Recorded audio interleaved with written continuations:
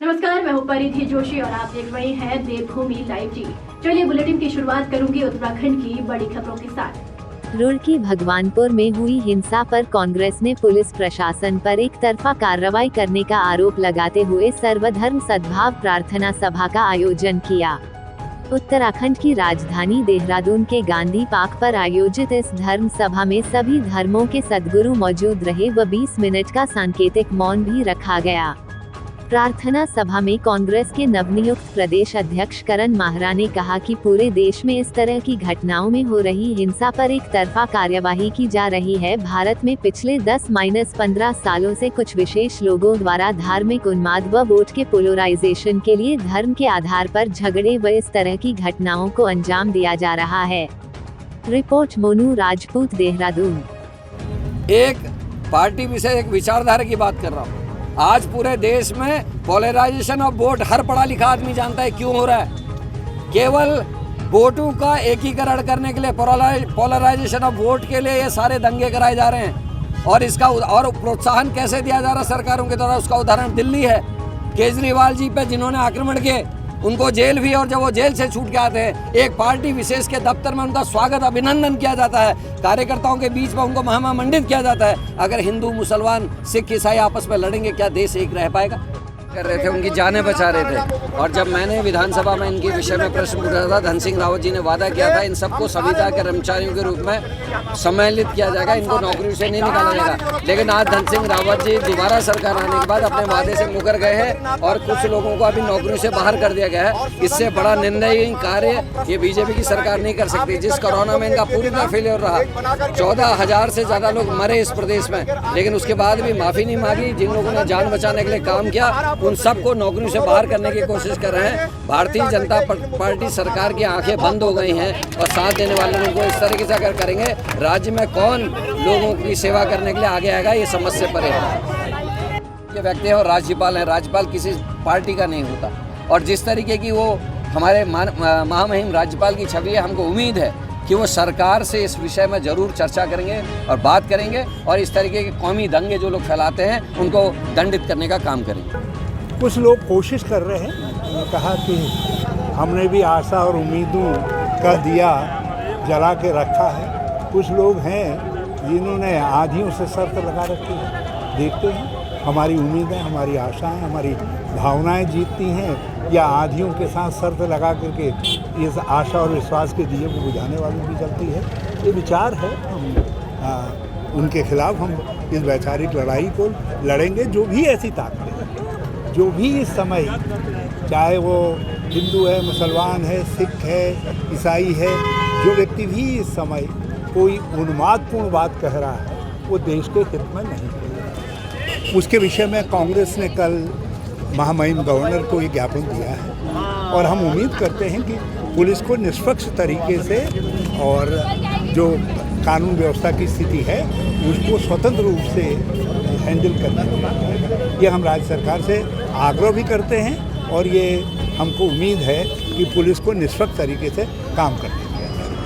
उत्तराखंड के कांग्रेस के प्रदेश उपाध्यक्ष ज्योत सिंह बिष्ट ने मसूरी में पत्रकारों से वार्ता करते हुए कहा कि उत्तराखंड चुनाव के बाद कांग्रेस ने पार्टी संगठन में कई महत्वपूर्ण बदलाव किए हैं और उनको पूरा विश्वास है कि उत्तराखंड कांग्रेस के नए प्रदेश अध्यक्ष करण माहरा के नेतृत्व में कांग्रेस नई ऊर्जा के साथ काम करेगी। वहीं उन्होंने बताया कि कांग्रेस हाईकमान ने नवयुवकों को संगठन की कमान संभालने का मौका दिया है, जिससे कांग्रेस नई ऊर्जा के साथ प्रदेश संगठन को मजबूत कर सके और मजबूत विपक्ष की भूमिका निभा सके। पूर्व में करण माहरा के स्वागत में आयोजित कार्यक्रम में कई विधायक नहीं पहुंच पाए थे क्योंकि उनके अपने अपने कारण थे। कुछ विधायक बीमार है तो कुछ अपने क्षेत्र में कई कार्यक्रम में व्यस्त हैं। ऐसे में सभी लोग एकजुट होकर काम कर रहे हैं। रिपोर्ट सुनील सोनकर, मसूरी। मोदी जी को भी एक समय 56 इंच सीने वाला प्रधानमंत्री कहा गया। आखिर हुआ क्या? पुलवामा जैसे हमले हुए, पठानकोट में हमले हुए, ऐसे ही उत्तराखंड में इस समय मैं कल देख रहा था कांग्रेस पार्टी का जो ज्ञापन हमने महामहिम राज्यपाल को दिया, 10 ऐसी घटनाएं इस सरकार के बनने के बाद प्रदेश में हुई जो कि शर्मसार करने वाली। राज्य की कानून व्यवस्था चौपट है और जिस ढंग से भ्रष्टाचार और घोटाला इस राज्य में पनप रहा है और उसके बाद राज्य को कर्जे में डुबोया जा रहा है, वो हमारे लिए चिंता का विषय है। तो इस पर अगर हम बात करें, मतदाता ने इनको किस आधार पर वोट दिया, ये हमको इस पर चिंतन करना है। लेकिन वोट देने के बाद इस बार भी 2/3 बहुमत की सरकार बनने के बाद सरकार जिस तरह से एक्ट कर रही है तो दिखाने की कोशिश तो बहुत कर रहे हैं, लेकिन धरातल पर पिछले 5 साल की तरह परिणाम शून्य है। उत्तराखंड में विधानसभा चुनाव की हार के बाद पार्टी हाईकमान ने जो संगठन में आमूलचूल परिवर्तन का एक नई कवायद शुरू की, उसमें करण मेहरा जैसे ऊर्जावान नौजवान को पार्टी के प्रदेश अध्यक्ष की जिम्मेदारी सौंप करके ये संकेत दिया है कि कांग्रेस पार्टी सत्ता के जो ट्रांजैक्शन फेज होता है कि हस्तांतरण के दौर में है, जो वरिष्ठ लोग हैं उनको अब नए लोगों को मौका देना चाहिए और नए नौजवानों की ऊर्जा के साथ हमको प्रदेश के अंदर जो विपक्ष के रूप में हमारी जिम्मेदारी उसका निर्वहन करना चाहिए। मुझे उम्मीद है कि करण मेहरा जी के नेतृत्व में पार्टी नौजवानों को बड़ी संख्या में साथ जोड़ करके पूरे प्रदेश में कांग्रेस को एक नई ऊर्जा प्रदान करने का काम है। उत्तराखंड राजभवन परिसर में नर्मदा नदी से प्रकट हुए राजा प्रज्ञेश्वर महादेव शिवलिंग की वैदिक मंत्रोच्चारण के साथ विधि विधान से प्राण प्रतिष्ठा की गई। शास्त्रीय विधि से प्राण प्रतिष्ठा, पूजन और अभिषेक में राज्यपाल गुरमीत सिंह सपरिवार शामिल हुए। इस अवसर पर राज्यपाल गुरमीत सिंह ने कहा कि राजभवन प्रांगण में शिवलिंग को स्थापित करने का उद्देश्य उत्तराखंड और उत्तराखंड वासियों के लिए शांति, समृद्धि और विकास की कामना करना है। उत्तराखंड देवभूमि है और यहाँ कण कण में ईश्वर का वास है। राज्यपाल लेफ्टिनेंट जनरल गुरमीत सिंह ने कहा कि यह शिवलिंग हरिद्वार स्थित देव संस्कृत विश्वविद्यालय परिसर में स्थापित प्रज्ञेश्वर शिवलिंग के साथ मिले 9 शिवलिंग में से एक है। उन्होंने कहा कि नर्मदा नदी में प्रज्ञेश्वर महादेव के साथ 9 अन्य शिवलिंग एक साथ मिले थे, जिन्हें पहले देव संस्कृत विश्वविद्यालय परिसर में रखा गया था। रिपोर्ट मोनू राजपूत, देहरादून। छत्तीसगढ़ के देवघर में हुए रोपवे के हादसे के बाद गृह मंत्रालय ने देश के सभी रोपवे की सुरक्षा की जांच करने के आदेश जारी कर दिए थे। जिला कांगड़ा के धर्मशाला में स्थापित रोपवे की अगर बात की जाए तो इस रोपवे का निर्माण टाटा कंपनी ने करवाया है और अभी हाल ही में हिमाचल के मुख्यमंत्री जयराम ठाकुर ने इस रोपवे का शुभारंभ किया था। इस रोपवे में धर्मशाला से मैक्लोडगंज जाने के लिए मात्र 10 से 15 मिनट का समय लगता है। वहीं अगर बात इस रोपवे की सुरक्षा व रखरखाव की जाए तो इस रोपवे के सीईओ परवीन उपाध्याय ने बताया कि हर रोज रोपवे को शुरू करने से पहले व शाम के समय रोपवे को बंद करने से पहले इस रोपवे की रखरखाव की निरंतर जाँच की जाती है ताकि किसी भी प्रकार की सुरक्षा में कोई चूक न रहे। भारी गर्मी के चलते कांगड़ा घाटी पर्यटकों से गुलजार हो गई है। कोरोना महामारी का दौरा छटने के 2 सालों के बाद हिल स्टेशनों में पर्यटकों की भारी भीड़ देखी जा रही है। गर्मी से राहत पाने के लिए देश विदेशों से पर्यटकों ने जिला कांगड़ा की पर्यटन नगरी मैक्लोडगंज का रुख कर लिया है। पंजाब, दिल्ली, मुंबई, राजस्थान, यूपी, बिहार व हरियाणा से लोग तपती गर्मी से बचने के लिए पहाड़ों की ठंडक का आनंद उठा रहे हैं। रिपोर्ट नृपजीत निप्पी, धर्मशाला। अच्छा लगा, एंजॉय किया हमने और हमारी ये सजेशन है हमारी इंडियन गवर्नमेंट को ताकि और अच्छे से अच्छे बहुत एक्टिविटीज़ यहाँ पे लाए जाएं। जो हम इंडियन बाहर जाते हैं, स्विट्ज़रलैंड जाते हैं, न्यूजीलैंड जाते हैं, बहुत पैसा खर्च करते हैं, वो पैसा बाहर ना जाके यहीं पे हमारे टूरिज़्म में लगे, यहाँ के लोगों को मिले। वो तो पार्ट ऑफ लाइफ है, होता रहेगा। हर जगह कुछ बुरा भी होता है, अच्छा ही भी होता है। उसको देख के सोच के हम डर तो नहीं सकते, रुक तो नहीं सकते, चलते रहना हमेशा। हाँ, नशे की निजात तो मिलती है, आदमी टाइम सेविंग भी है और अच्छा भी लगता है, एंजॉय भी होता है, तो आना चाहिए इसमें। ये बहुत बढ़िया इनिशिएटिव लिया है जिसने भी लिया है। इससे आपका जो है तो जो आपका जो ट्रैवलिंग टाइम है वो बचता है और ऊपर से जो ऊपर इतनी भीड़ भाड़ जाती है, कंजेस्टेड रोड है, उससे ये बहुत अच्छा इनिशिएटिव है। तो हादसा जो होता है वो कहीं भी हो सकता है, हादसा तो रोड पे भी हो सकता है, लेकिन इसका मतलब ये नहीं है कि हम जो एक्सपेरिमेंट करना छोड़ दें या जो है एडवांस करना छोड़ दें। It is a very good thing and I hope कि आगे भी ये अच्छा रहेगा and all the very best. अच्छा रहा, बहुत मज़ा आ रहा है, मतलब बहुत एडवेंचरस एक्सपीरियंस था, सब कुछ बहुत मतलब वेरी ऑसम, बहुत अच्छा था। नहीं एक्चुअली ये तो किस्मत का बात है मतलब गवर्नमेंट तो पूरा ध्यान दे ही रही है। अब किसी के साथ हो जाए तो टाटा का ट्रस्ट था। हाँ, टाटा का ट्रस्ट था, सबसे पहले टाटा का ट्रस्ट था। बहुत ही एक्साइटिंग एक्सपीरियंस था, सीनिक व्यू था बहुत और कंफर्टेबल था बहुत। अब इसमें we were feeling safe, absolutely safe. काफ़ी टाइम बच गया, जल्दी से पहुंच गए नीचे, विच इज गुड। हाँ, 2 साल बाद बाहर निकले तो बहुत अच्छा लग रहा है, तो गुड एक्सपीरियंस होगा। आयुष्मान स्वास्थ्य मेला कार्यक्रम के तहत मंगलवार को रामनगर विकासखंड के अंतर्गत ग्राम पीरूमदारा स्थित शिवपुर बेलजुरी स्कूल में स्वास्थ्य मेले का आयोजन किया गया।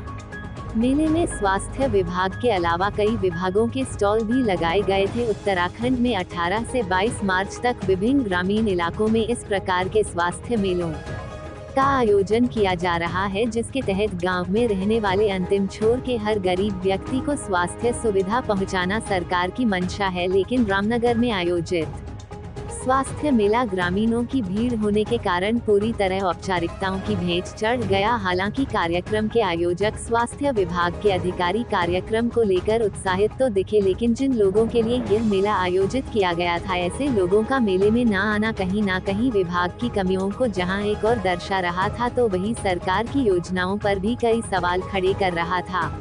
कार्यक्रम में मौजूद स्कूली बच्चों की भीड़ में भले ही कार्यक्रम की शोभा बढ़ाई। कार्यक्रम का शुभारंभ विधायक दीवान सिंह बिष्ट ने करते हुए कहा कि सरकार की मंशा है कि हर गरीब व्यक्ति को बेहतर स्वास्थ्य सुविधा मिल सके, जिसको लेकर यह स्वास्थ्य शिविर आयोजित किया गया है। तो वही स्वास्थ्य शिविर में ग्रामीणों की कम संख्या को लेकर विधायक ने कहा कि प्रचार प्रसार न होना भी एक बड़ी कमी रही है। तो वही जनप्रतिनिधियों को भी इसको लेकर अपने इलाकों में जाकर लोगों से शिविर का लाभ लेने के लिए प्रचार प्रसार करना चाहिए था। रिपोर्ट चंद्रसेन कश्यप, रामनगर। ये बहुउद्देशीय शिविर सरकार की ओर से 18 तारीख से 22 तारीख तक किए गए हैं। ये जो हमारा पूरे वर्ष का अमृत महोत्सव, तो उसके तहत ये कार्यक्रम सरकार के माध्यम से हुए हैं कि जो गरीब व्यक्ति है, समाज का अंतिम पायदान पर बैठा हुआ व्यक्ति, उस तक सरकार की योजनाओं का लाभ पहुंचाने का बहुत से विभिन्न सी कार्य हैं उन तक पहुँचे। ऐसी योजना कार्य है, वो महिला सशक्तिकरण के तहत हो, शिक्षा के क्षेत्र में हो, अपने जो आंगनबाड़ी के बच्चे हैं, या इस प्रकार की बहुत सी योजनाएं हैं जो उन लोगों तक गरीब व्यक्ति तक पहुँचे। उसके बहुउद्देशीय शिविर के तहत वो कार्यक्रम होने हैं। ये कहीं न कहीं प्रचार की कमी रही है। ये जबकि जनप्रतिनिधि लोग हैं, उनको भी करना चाहिए प्रचार। हम जब जनप्रतिनिधि हैं, अपने क्षेत्र का प्रतिनिधित्व तो करते हैं, तो अपने क्षेत्रों के लोगों को अधिक से अधिक संख्या में लाभ पहुंचाने का काम हम लोगों का होना चाहिए। ये हमारे मंशा में रहना चाहिए। आजादी के अमृत महोत्सव कार्यक्रम में दूसरे दिन जोशीमठ गांधी मैदान में स्वास्थ्य मेले का आयोजन किया गया, जिसमें लोगों ने अपना स्वास्थ्य परीक्षण कराया। सरकार की जन कल्याणकारी योजनाओं की जानकारी दी गई तथा अटल आयुष्मान कार्ड शिविर लगाया गया। स्वास्थ्य मेले में सभी रोगों के डॉक्टर तथा स्टाफ तथा एलोपैथिक, होम्योपैथिक, आयुर्वेदिक डॉक्टरों ने भी लोगों का स्वास्थ्य परीक्षण किया।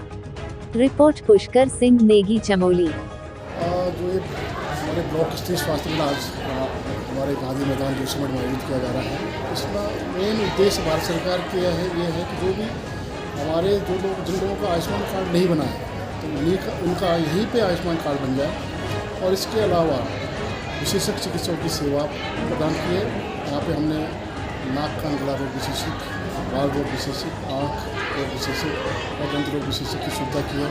और होम्योपैथ से भी हमारे डॉक्टर्स उनके स्टाफ आते हैं। आयुर्वेद की भी सेवा देते हैं, आयुर्वेद के डॉक्टर स्टाफ आते हैं। इसके अलावा जो परिवार नियोजन से संबंधित सेवाएँ हैं, टीकाकरण से संबंधित सेवाएँ, ये सभी सेवाएँ हमने एक ही मंच पर उपलब्ध कराई हैं और भविष्य में हम इसे और अच्छा करने की कोशिश करेंगे। उत्तराखंड की हर एक छोटी बड़ी खबरों में फिलहाल इतना ही। बाकी अपडेट के लिए हमारे साथ बने रहिए और देखते रहिए देवभूमि लाइव टीवी। नमस्कार।